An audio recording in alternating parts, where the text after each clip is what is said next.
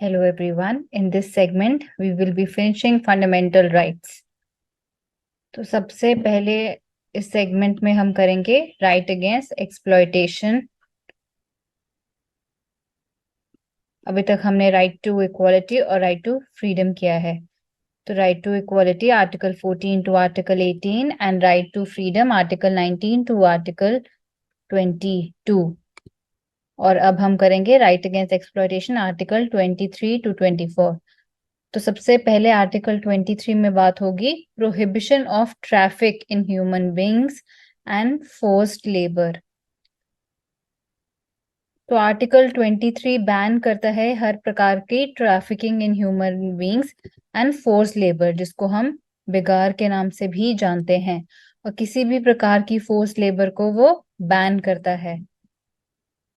अगर कोई किसी भी प्रकार से ह्यूमन ट्रैफिकिंग प्रैक्टिस करे या फोर्स लेबर प्रैक्टिस करे तो वो एक ऑफेंस होगा, punishable in accordance with the law. ये जो राइट है वो दिया गया है दोनों सिटीजन्स और नॉन सिटीजन्स को, और ये प्रोटेक्ट करता है इंडिविजुअल को, एक इंसान को, not only against the state but also against private persons. तो ये स्टेट के खिलाफ और प्राइवेट पर्सन्स के खिलाफ, तो प्राइवेट इंडिविजुअल्स भी किसी का ह्यूमन ट्रैफिकिंग या फोर्स लेबर किसी तरह की प्रैक्टिस नहीं कर सकते हैं, और अगर प्रैक्टिस करेंगे तो that will be considered as an offence punishable under the law. And ये दोनों सिटीजन्स को the right is available to both citizens and non citizens. अब ये हमें समझना है कि जो ट्रैफिक इन ह्यूमन बीइंग्स है वो उसमें क्या क्या इंक्लूडेड है। तो किसी भी प्रकार का बेचना या खरीदना ऑफ आदमी, तो आदमी को बेचना या खरीदना, औरतें या बच्चे, किसकी तरह जैसे हम कोई सामान खरीदते हैं, तो any kind of selling and buying of men, women and children like goods. फिर immoral traffic in human and children including prostitution, तो किसी भी प्रकार का प्रोस्टिट्यूशन भी इसमें इंक्लूडेड है। देवदासी, पहले टेम्पल्स में देवदासी सिस्टम हुआ करता था जहां पे एक औरत अपने आप को समर्पित कर देती थी in for the pleasure of God. But लेकिन देवदासी जिस प्योर फॉर्म में ओरिजिन किया गया था उस प्योर फॉर्म में टाइम के साथ नहीं रहा, वो बहुत एक्सप्लॉयटेटिव सिस्टम बन गया। तो इसीलिए देवदासी सिस्टम भी इसमें इंक्लूडेड है। किसी भी प्रकार की स्लेवरी, स्लेवरी जहाँ पे काम कराया जाए बिना किसी पैसे के। To punish these acts, the Parliament has made the Immoral Traffic Prevention Act 1956। ये फंडामेंटल राइट्स में तो है ही, इसके अलावा पार्लियामेंट ने बाय लॉ भी इसको और फुटिंग दी है कि इसके द्वारा इमोरल ट्रैफिक प्रिवेंशन एक्ट। बेगार का मतलब क्या होता है? कंपल्सरी वर्क बिना पैसे दिए। So what the term begar means, compulsory work without remuneration. ये खासकर तब होता था जब लोकल जमींदार होते थे, वो फोर्स करते थे अपने टेनेंट्स को कि वो टेनेंट्स उनके लिए काम करे और उनको पेमेंट ना, वो बिना पेमेंट के वो वहां पे काम करे जमींदार के लिए।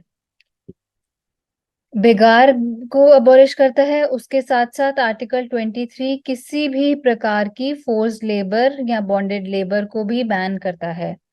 फोर्स लेबर क्या होता है? जैसे किसी भी इंसान को आप कंपेल करो काम करने के उसकी मर्जी के खिलाफ। So what is force labour? It is compelling a person to work against his will. अगर आपकी नहीं है विल और आप अपनी विल के अनुसार, आपकी मर्जी के अनुसार अगर आपसे जबरदस्ती काम कराया जाता है तो वो फोर्स लेबर माना जाता है। The word force includes not only physical or legal force but also force arising from compulsion of economic circumstances। इसका मतलब कि अगर किसी के इकोनॉमिक सर्कमस्टांसेस उसके उनके फेवर में ना हो और इसके कारण उसको फोर्स किया जाए एक मिनिमम वेज के कम, जो मिनिमम वेज होती है उससे भी कम वेज पे काम करना, तो ये भी इसमें इंक्लूडेड है।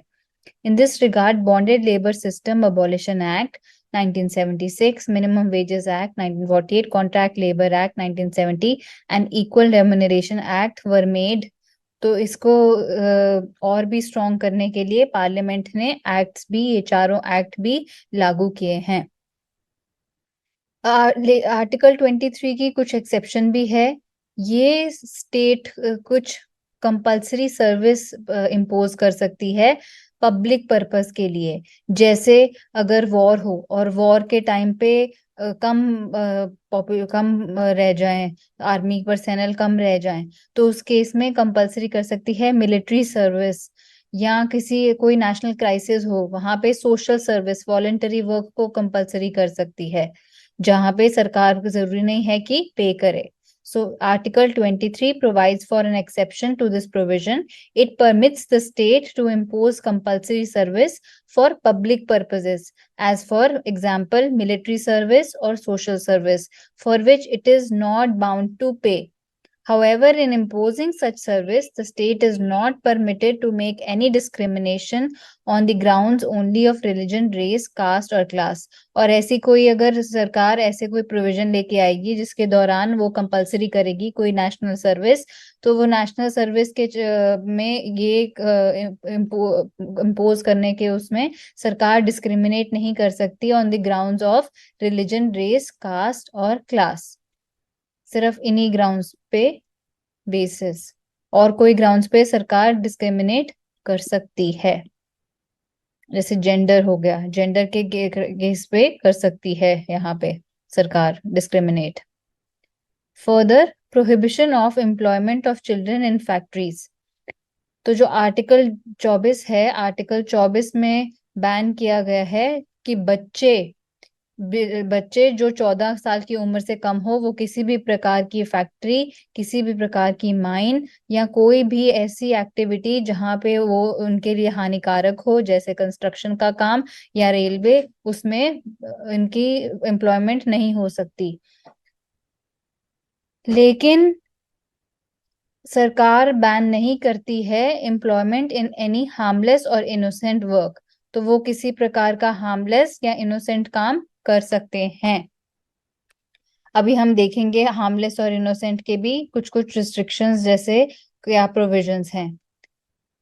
The child labour prohibition and regulation act 1986, तो इसको और स्ट्रॉन्ग फुटिंग देने के लिए सरकार ने ये एक्ट लागू किया। Is the most important law in this direction. और भी इसके साथ एक्ट्स हैं। ये एक्ट्स आपको याद रखने की जरूरत नहीं है from the perspective of prelims.